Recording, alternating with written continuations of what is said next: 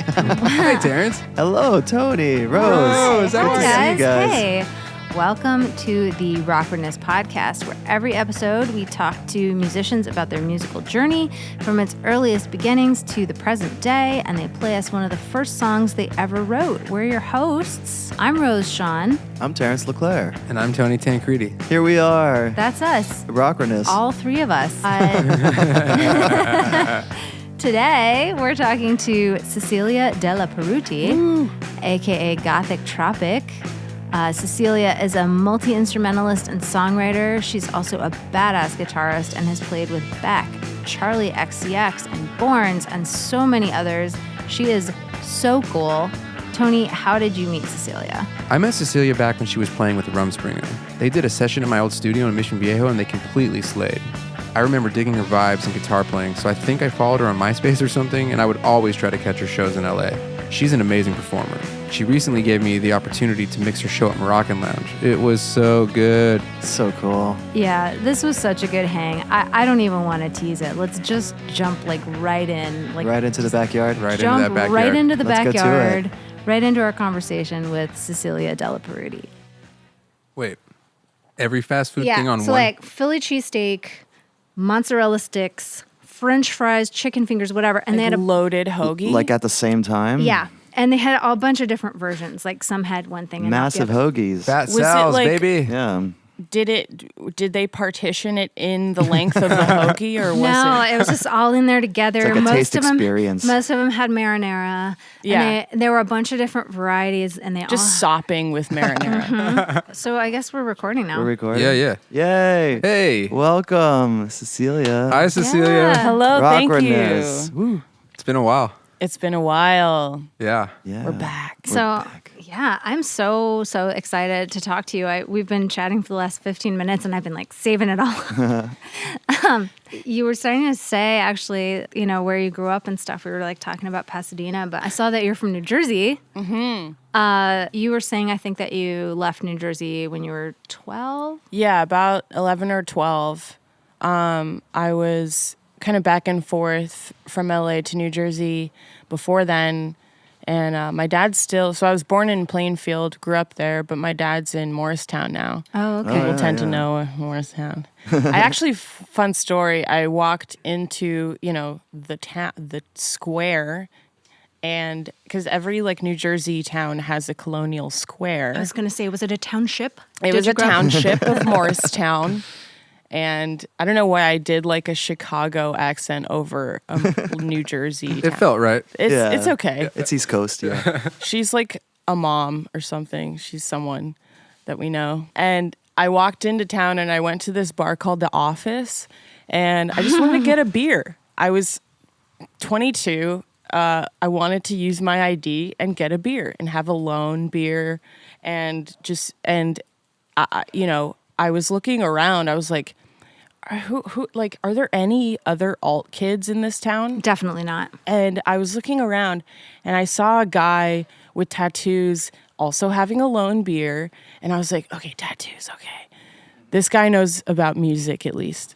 And I walked up. I was like, hey, I'm here visiting my dad. I just walked in. Do you mind if I join you? Struck up a conversation, and it was Ben Wyman from Dillinger Escape Plan, Wow. New Jersey Heroes. and I was like, oh, yeah. So the New Jersey, music experience for me was all rooted in, thrash, hardcore, Yeah. math rock. Yeah. And when I was 14, I convinced my dad to drop me off at the Stone Pony. Oh, yeah. Yes, Asbury Park. Yeah. Yes. And because I met a punk kid at church camp. That's where you Yes. meet punk That's kids. where you meet And- punk kids, yeah. And that's where everyone exercises their teen, sexual tension. Oh my God, we've actually talked about this on this podcast before. Yeah. Go on. That's angst, right? Yeah. Angst. Yeah, teen angst, yeah. Teen angst. And so we were going to meet up at the Leftover Crack and Choking Victim show at the Stone Pony. Yes, okay. And I arrived, dressed in clothing, and and then I changed into the clothes that I had in my backpack after my dad dropped me off, which were like, had the grip fast boots with the steel toe so I wouldn't get stomped. Smart. In the pit, of course, as you do. And then basically a headband for a skirt and some like cut up top and some like thrash fishnets little and tank top. The whole thing. Yeah. It's amazing. And so I enjoyed my first punk show at the Stone Pony. That was like my first these are adults and they don't know that I'm 14 kind of Yeah. show. Yeah, and you're like, oh sweet, I'm passing. Like I get to be part of it. Yeah, I made it in. I'm in. Yeah. Unfortunately, I was passing by 12, so that was a little scarred by that point. I know, same. No. I was like really interested because the Thrasher scene came you were visiting, going back to Jersey, right? But where was the first time this is the music that I want to do kind of scene, I think that happened because towards the end of high school, I went to Hollywood High. Did you really? Yeah. Oh my God. Like on La I've always Brea? wondered. Or Highland? No, Highland Yeah, and yeah. Highland and right in the. Man, I've always wondered Pit. about what that's like. It was. I basically I can't tell you what the classrooms were like because I ditched most of my classes by that point. I never went to them. I tried it out and some of the teachers wouldn't show up and the class was just like The rogue. teachers? Yeah. Wow. And but I did go to choir and the arts Good, magnet That's classes. what. Yeah. See, I wish I'd taken advantage of that when I was a teenager. Like in high school, it's like, hey, free voice lessons. No, didn't do it. Same. You were smart. Same. You went to the important stuff. I was disillusioned by then, so I ended up ditching Hollywood High to go meet up with my friends who went to Marshall High, and so I'd take the bus up to the nice high Los school. Feliz, Oh, wow, yeah. and then we'd hang out on that brick wall until Like you were in the Breakfast Club. right, just Yeah. triumphantly rebelling, and then we would walk to Kirk Podell's house, and he actually made drums out of pots and pans. Nice. And that's what started the punk band. And Which one? well, that was the Cheats. Yeah. And that was the first time that I got to write music with people and kind of just do that in a band and in that context, because I was secretly writing. My mom would she had tape recorders because she's a voice coach, so she would always use cassette tapes, and she would just record me noodling around on piano up until then, and being a kind of neoclassical nerd accidentally. Was that and the then, first instrument, piano? Yeah. Nice. Wow. And so then when punk happened for me, I was mentally there to accept its effects. Yeah, you're kind of Yeah. just. It's funny. You're kind of describing what I wish my life had been like at that age. I was reading about people doing these things. It was a result of some shit. So it definitely came to pass after a slew of slapstick failures in high school, getting sick, getting beat up for months. There was Oh, all God. this shit. And so coming out of that, the illness actually kind of made me super gangly punk looking. Oh yeah, Sure, you were yeah. really in the aesthetic where you were skinny and Just, Yeah, buzzed yeah. head at that point. And so when I went back to school, this one guy, he would just call me Oi. My name was Oi. I love that. My name was Oi. I wouldn't mind. I'd Sure. be like, okay. Yeah. Oi. And so that thrust me into the punk scene and just being okay, I give up, because I had tried going back to school after. I basically went to sleep for 10 months. So it was hard factory reset on Cecilia. So going back to school in 11th grade, come on. So it kind of fizzled out. Can I ask what your illness was? It was Epstein-Barr virus. It was a bad one. oh Oh, shit! So no you shit. basically had the worst case of mono. It was bad. Oh, yeah. shit. Oh my god. I got some ancient disease. scarlet fever and like a spinal infection and like all this crazy Jeez. shit. I was like on an academic trajectory, and then like that happened, and then punk took over, and then I just was like, oh, there's like intellectual punks and like everyone mad at shit. So like me. So Yeah. Friends. Friends. Gosh, that's so interesting because there's absolutely, at least for a certain kind of punk, I guess, like very much like an intellectual and even academic aspect to it, but also like so much of the punk ethos is about like feeling like an outcast, and I can only imagine. I mean, you were describing like some other difficulties, but I can only imagine like how else would you feel after being out of school for a year? Then like I don't belong here. I don't understand. I have no idea what's going on. Like I don't know. I don't even know what people around me like. Like Right. yeah, I can only imagine. Like, yeah, of course. I mean, what else would you be attracted to than this kind of like haven for people that don't fit in elsewhere? yeah, exactly. It swooped me up, and I was like very much never like bullied in my little punk scene.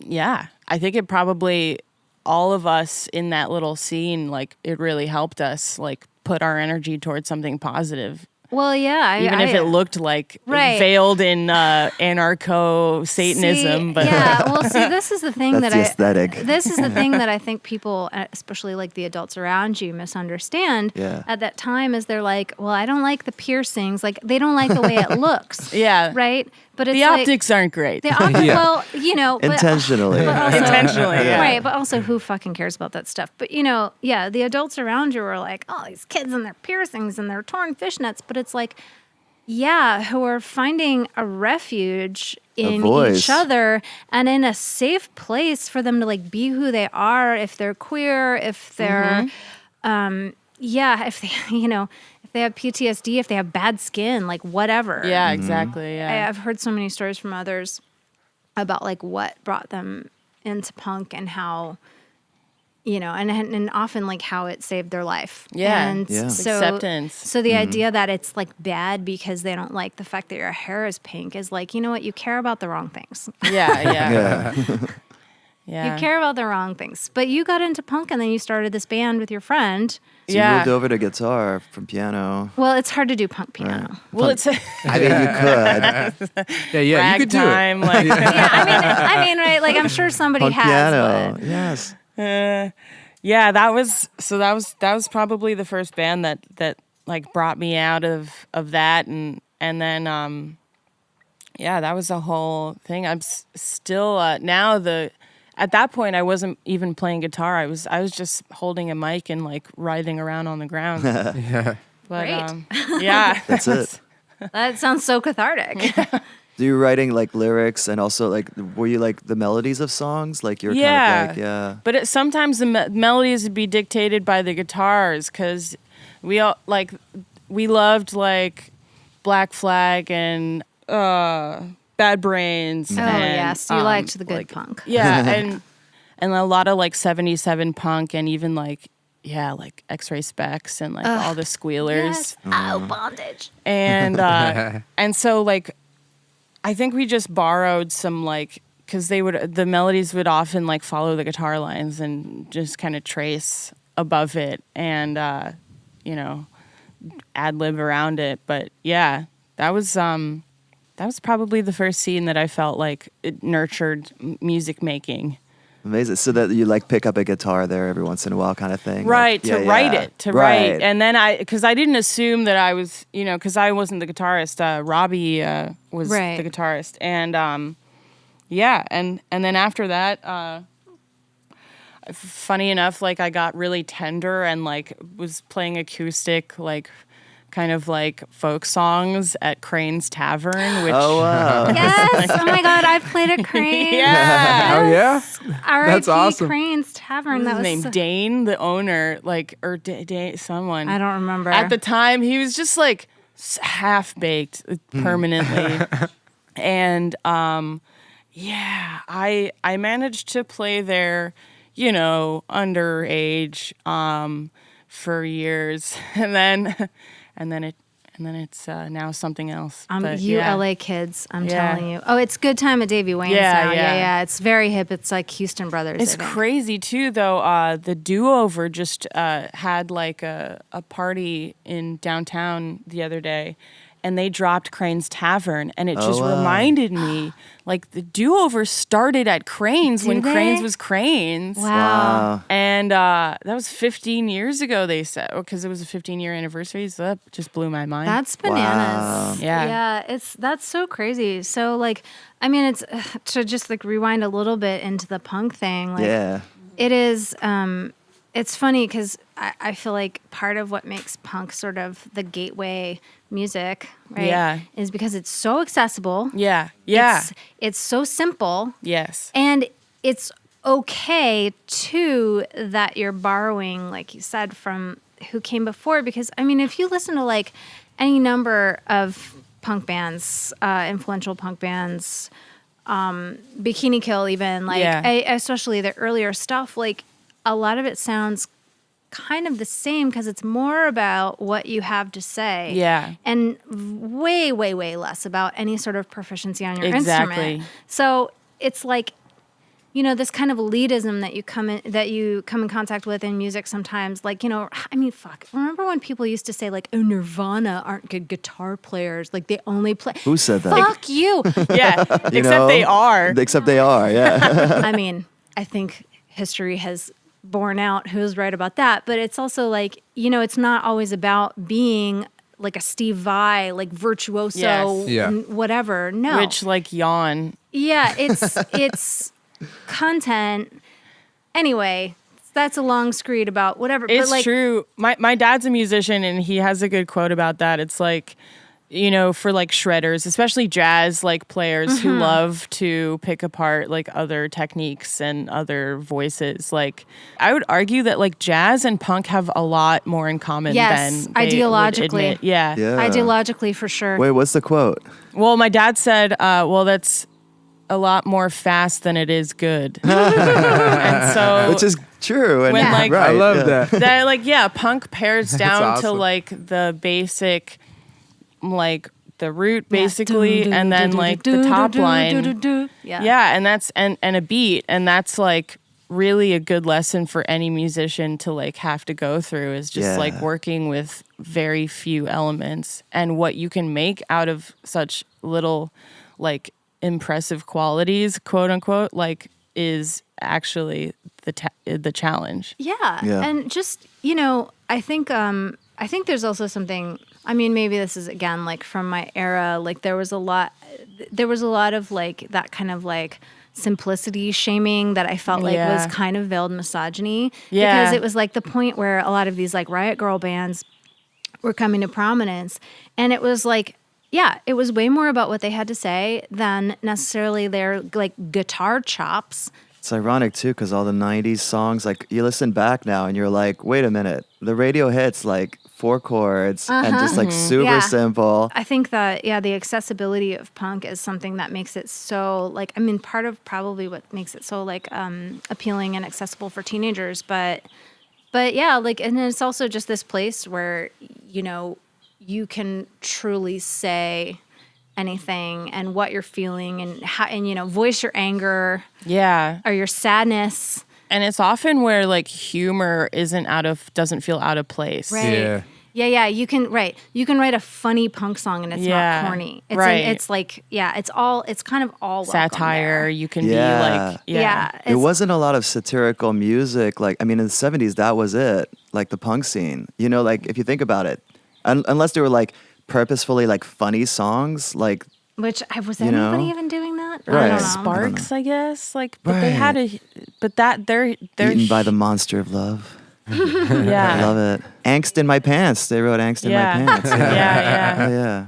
Angst in my pants. Great. Sparks. Well, you wrote a funny punk song, right? I did. Yeah. Oh my goodness. Yeah. Well, good segue. That was a great segue. Wait a minute. What are some other good punk songs? Yeah, it just came to my head right now. Yours. Yeah. So this is it was like we recorded a whole EP. This band, The Cheats, like we were, I don't know, 16, 17, and There's me on vocals, Kirk Podell on drums, Robbie on guitar, Jill on bass, and we like wrote a whole EP and we called it Cunt Power. We recorded it on CD in a. Wait, you recorded on wait, like CD? straight to recorded CD? straight to CD What? at that CDR. rehearsal spot on Vermont. Oh, yeah. I think I know what you're talking about. It Yeah. it like still existed when I first moved to LA, but it's Yeah, not there anymore. it's not there anymore. But yeah, so that's where we recorded this, and I like found the record, and I took a listen to it this morning, and I learned one of the songs, kind of. Oh my gosh, Yes. can you please Yeah, play it yes, for us? I will. I will. Okay. Yes. What's it called? Okay, so this tune's called Veggie Boy, and it's about the vegan crust punk who took my virginity, who I honored with the. Sorry. I almost Veggie Boy. If I had Yeah. had anything in my mouth, I would have done a spit take. Yeah, it's something. You should probably say that again because I interrupted you. This tune's about the vegan crust punk who took my virginity. Look away, bomb your face, bring me back to New York State. Pretty boy, happy girl, just another crazy world. Look away, bomb your face, bring me back to New York State. Pretty boy, happy girl, just another crazy world. Veggie boy, past the best, sweet, cool, intangible. He says I'm number one, but I'm just another tool. Look away, bomb your face, bring me back to New York State. Pretty boy, happy girl, just another crazy world. Look away, bomb your face, bring me back to New York State. Pretty boy, happy girl, but another crazy world. Veggie boy, past the best, sweet, cool, intangible. He says I'm number one, but I'm just another tool. Veggie boy, past the best, sweet, cool, intangible. He says I'm number one, but I'm just another tool.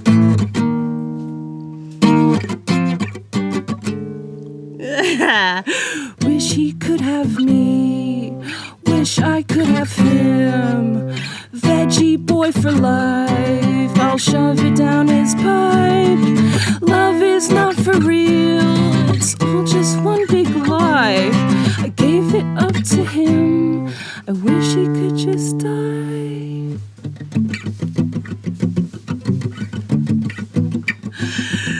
Look away, bomb your face, bring me back to New York State. Yes! Oh my God. Yes. Okay. Veggie Boy. Veggie boy! Veggie boy for life. By the cheats. Seriously, love though, it. not only is that objectively good, but I just, I felt it so hard. Like Shout out Josh Verdi. is that, oh, okay. Let's calm that out. No, He's like a CrossFit dude now. oh, how funny. Well, so he's always been into health. Yeah, that's great. Good man, There you Josh. go. This is a fantastic, sort of celebration of. Oh, I love that we got that can pop. I know, that was so sounded good through that. Loop that. Yeah. Yeah. Did the Cheats put out anything online, or did you have a tape or a CD? Well, or? wait, with that Well, straight song. to like, We had a CD. Yeah, straight to CD. Straight to CD. Oh, CD. that's right. Oh, Yeah. obviously. But straight to So it's CD. out there. we burned them on our computers to make more CDs and sell at shows, but DIY. we never went DSPs. We never did anything. So like that. what year was awesome. that? Yeah, because that wasn't even around. If I may. That was that was probably like 2008. Okay, so Nice. yeah, it was like Yeah. you could have put your music online, but like it 2007? wasn't really. It wasn't up there yet. No, we didn't- MySpace. You know. Actually, I think MySpace must have been. Yeah, MySpace We didn't even have existed. a MySpace. Wow, were you just were like- so That's true punk rock. Yeah. It was very and we were playing with like the Diffs, who at that point were like 14 or 13 or something like that, who are now Fiddler. Oh my god! that's right, Wow. Yeah. So wait, And- what kind of venues were you playing? the Knitting Factory in Hollywood, Yes. the small room. Yeah. Also played there. Alternate, Yeah. around the same alternate time. lounge. Yes, Yeah. the Knit Lounge. Oh my Yeah. God! Alternate. Shout out to Becca Balin. Becca Balin Yeah. booked us there Yeah, a bunch of times. booked us there too. Becca My- Balin is the ultimate champion of this. Yes, and she's in New York now doing Yeah. the same thing. But yes, thank you, Becca, for giving us all a Indeed, chance. yeah. Yeah. But yeah, that alternate lounge. Yeah, fuck, man. I think my first band in LA was playing there in probably like 2009, 2010. Yeah. I want to nerd out with the guitar stuff for a second. Like, so did you start playing guitar? It was like around then. Well, no, I guess I started in middle school a little bit. Like I learned like a Cranberry song. Yeah. which one? The one that has the two notes is do do do do do. Probably a zombie. It's one of the other cuts. I don't remember. But like I never took it seriously until maybe 19, 20. Yeah. And then I really only started playing when 22, 21, I got asked to join this band called Rumspringa. Yes. Rumspringa. Okay. Yeah. Good. Yeah. Okay. Rumspringa, whom I Awesome. was awesome. Yeah. I was already Like, you mega ripped. fans of. In that band. You ripped on guitar in that band. Well, So wait, but you And started. sang too. Sorry, but you started playing to play with them? yeah. Oh, cool. Basically. That's amazing. You're so good in that. Because Joey, the singer guitarist, before I joined, and there was another like two other new band members. It was just him and a drummer, and he would loop everything, and his tuning was different. And so when I started kind of playing for real, it was in a different tuning. And so that whole time for like, I don't know, maybe a year or two, was playing in that tuning, just his parts, and also like, adding to it. And it was like a made up tuning, right? Like, I don't remember. It's some kind of, it's a blues tuning. Oh, it was not like Nashville. open G or something. So it's funny. It was all wacky. I don't remember what it Yeah, was. Joey, send us a he's- message. He's probably You know what? We'll tell you in the should next ask him. episode. But we're that's funny because you're like he's probably one of those like music nerds like Joni Mitchell that like makes up her own chords kind of thing. When I was first trying to learn to play guitar. When I was like 14, I think you said like just to write, and that's kind of still my deal. But I was so obsessed with Ani DeFranco Oh, yeah. because I'm a child of the 90s, Yeah. and the bitch and her tunings. Oh my God, I was like, And her playing, dude. well, yeah. I mean, she's a great guitar player, but yeah, all her tunings were fucking crazy, and I to this day don't really understand alternate tunings. So I would like. Change the tuning just so I could play like that one song, and it was just pure rote memory. Like I didn't understand. Yeah. Sorry, digression. But you basically learn to play guitar to play in Rumspringa, which I absolutely remember That's going to see amazing. Rumspringa, and like also them being on. I'm digging back into the memory banks, but I've been in LA for October 1st was my 18-year LA-versary. Yeah. But yeah, sometime, in like around like 2005 or 6, I started paying attention to the local music scene. And I wish I could remember what blog it was, put out this playlist.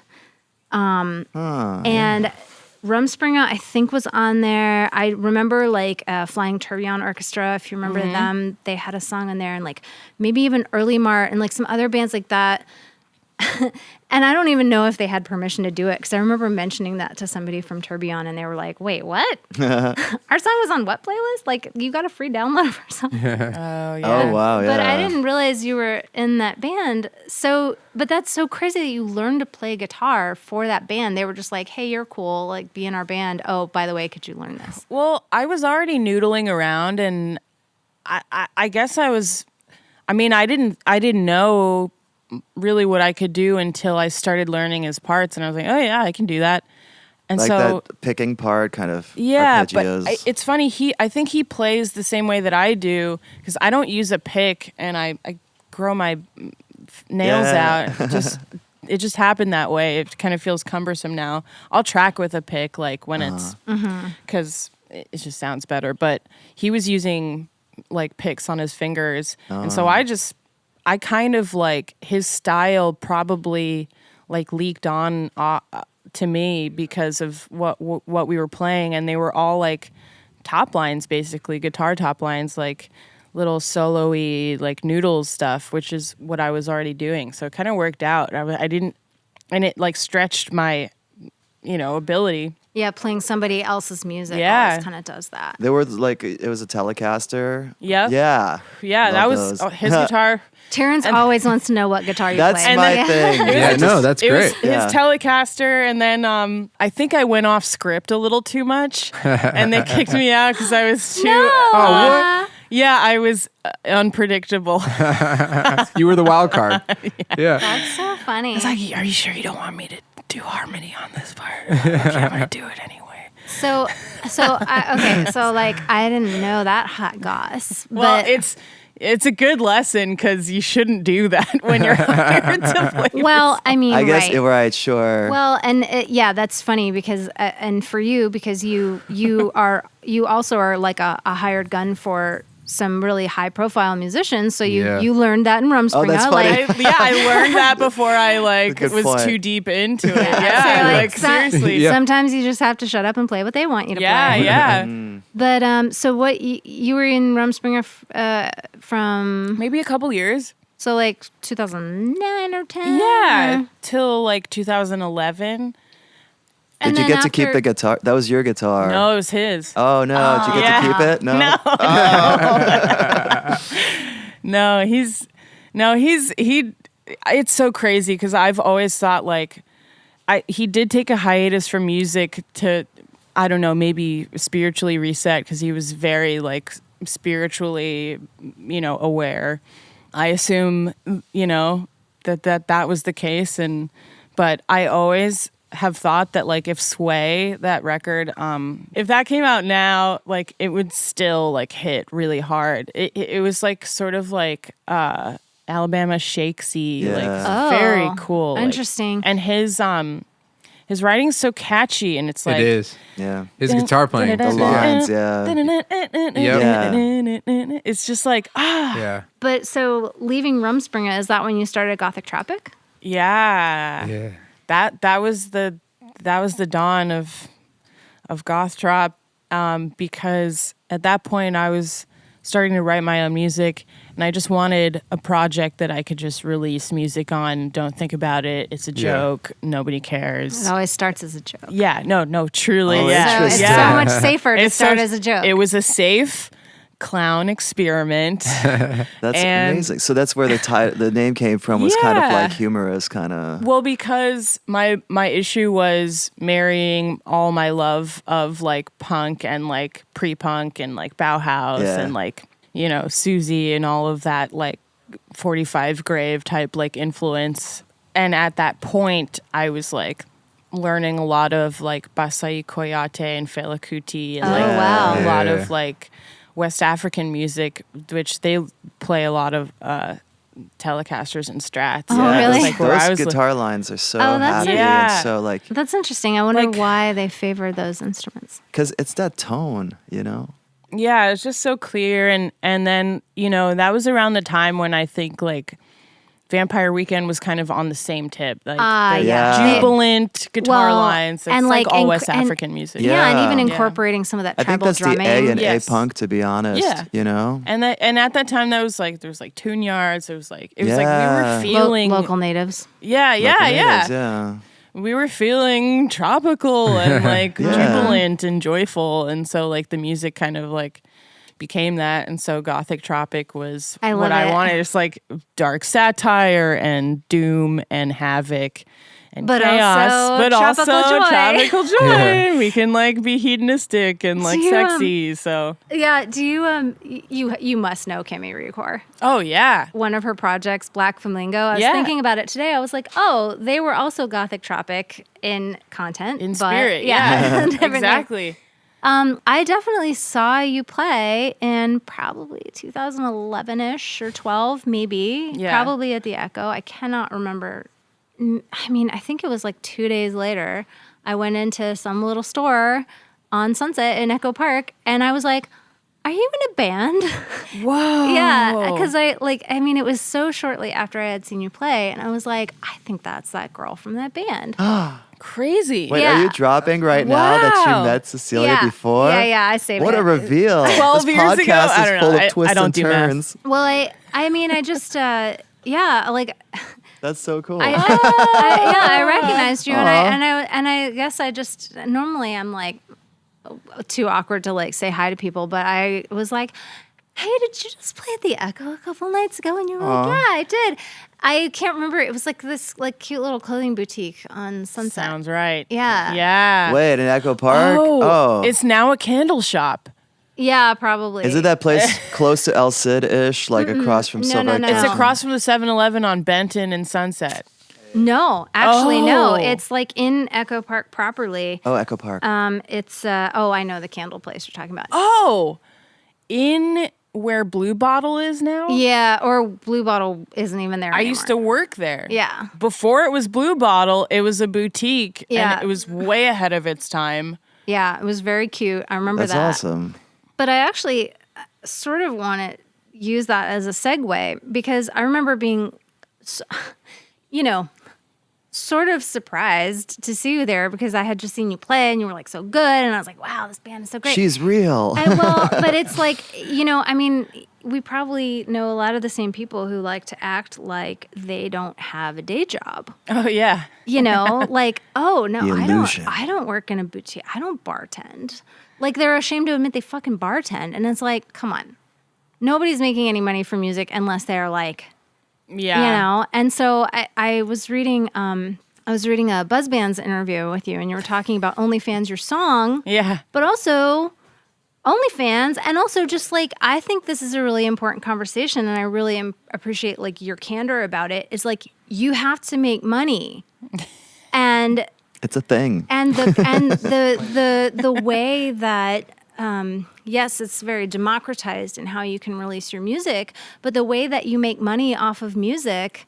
Like, how do you even do it? I mean, you have to have so many streams. The only way anybody I know makes money off of music is if they have an incredibly popular song that has like millions of streams, or they get some sort of sync deal. If they're an artist. Right. Yeah. Yes. Yeah. Yes. Yeah. From And- artists, yeah. And like more than one sync Oh, situation. Like, because that can be lucrative, but you have to Like- also repeat it because $5,000 sounds like a lot, but it's not if it only happens one time. I feel like the music industry is like a color wheel, and if you're an artist, you should also be a songwriter. You should also be a producer. You should also be a composer. You should be also up for like sync and publishing.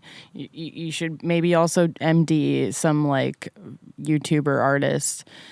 You should probably also start mixing and charging for mixing and producing. Get some service-based fees and like get the syncs from your songs. You have your catalog. Get it signed to some publishing company, Cobalt, whatever the fuck, whatever.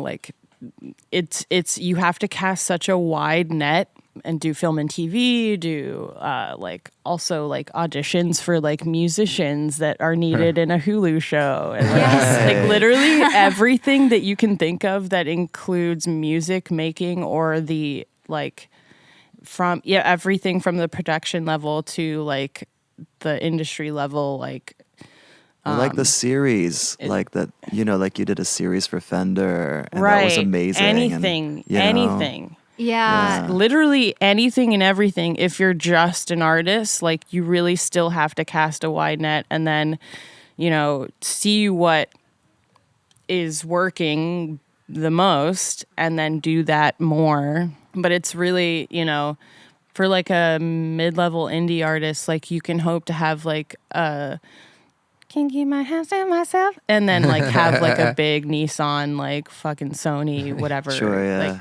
yeah. Should teach a master class, by the way, Cecilia. That's dope. Like, Yeah. I mean, like, it's from my glass castle. No, but like, I mean, in terms of thinking outside the box, like nobody really talks about that. Like you know? just have to hustle, so you have to work way harder than you thought you did. Right. It's And- like I finished the song. Am I good now? It's Nope. Nope. Also go play for another artist. Right, Like yeah. also do this, also tour for that. And also it's like Yeah. you can't Yeah, stop. Also unless- go viral on TikTok. Definitely by the go way, viral. yeah. And if you don't go viral on TikTok, nobody will sign your project. Yeah. yeah, because Just so that's- you know. Yeah. that's No. that's what the kids want now. Yeah. So don't go pitching to labels until you've gone viral on TikTok. So there's a lot of ways to make and lose money like as an artist, because like, you know, an artist, you need a working capital, and it's often like, you know, the retail income. I was working at that boutique, and I like paid a drummer $500 for a 4-day tour. And in order to do that, I rented my room and slept in my car. If you have a budget and you're hiring a team of players or like creative directors or producers or mixers or whoever, just like know that like it's possible to pay people. It's just based on how you allocate the budget that you've been given by your glorious evil overlords who have Yes. blessed you. If I could do it on a retail Yes. Yeah. Yeah. Well, You slept in your car.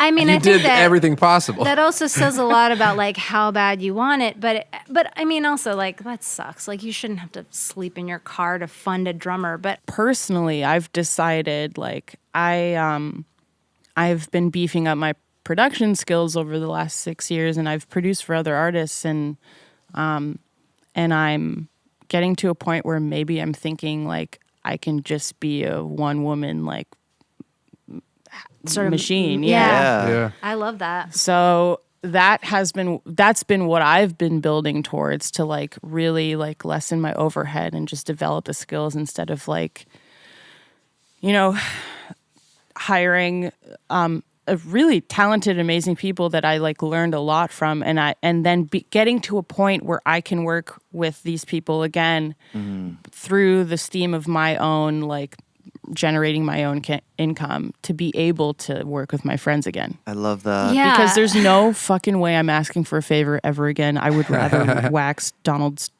Trump's balls. It hurts me. Yeah. Oh It my hurts God. me.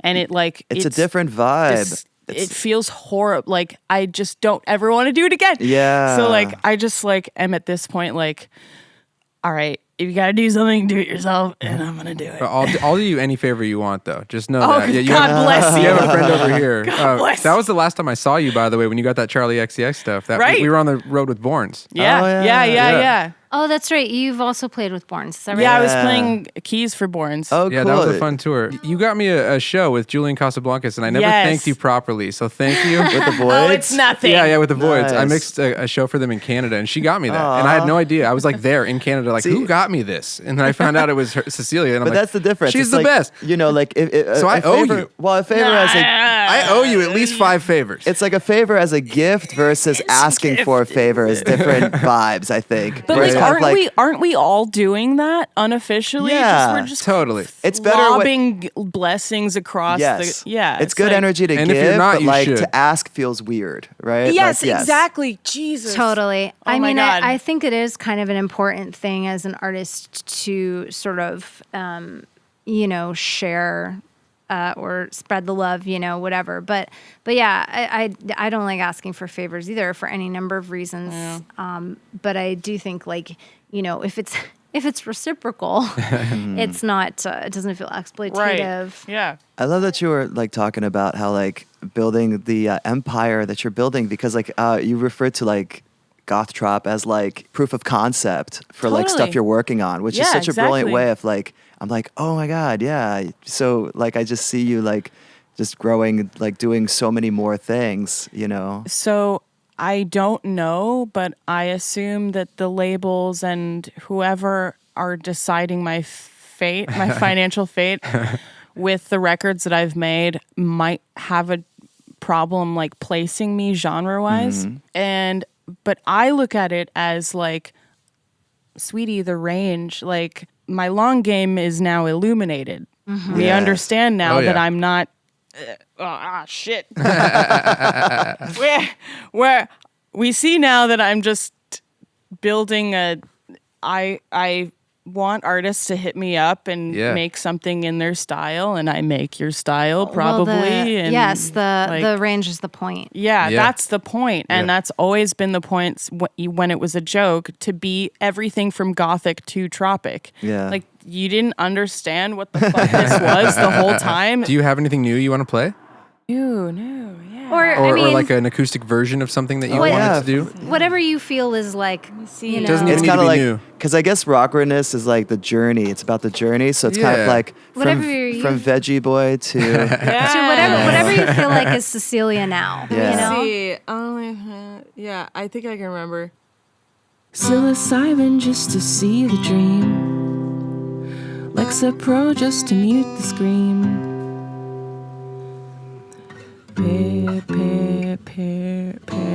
Yes. Perrier in your gravy. Chef's kiss too tasty. Backdoor, how you changed the lock. My simulation's too wavy. Heart-shaped patterns on the moon. Heart-shaped patterns on the moon. No. Fuck. Jesus Christ.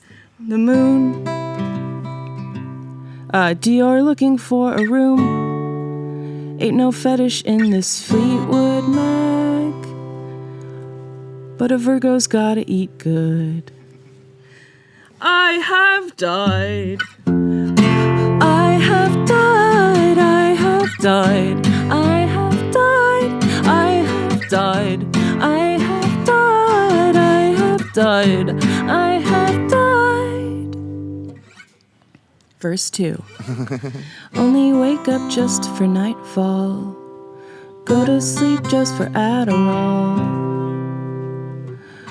Coffee, yes, coffee drinks like acid. Every cock ends up flaccid. How are you gonna stream The Rock when you're stoned on your own plot? Heart-shaped patterns on the moon. Dior looking for a room. Ain't no fetish in this Fleetwood Mac. But a Virgo's gotta eat good. I have died, I have died, I have died, I have died, I have died, I have died, I have died, I have died. Thank you for tomorrow, 'cause the world we had was dead. Got me working on my shadow, locked into OnlyFans instead.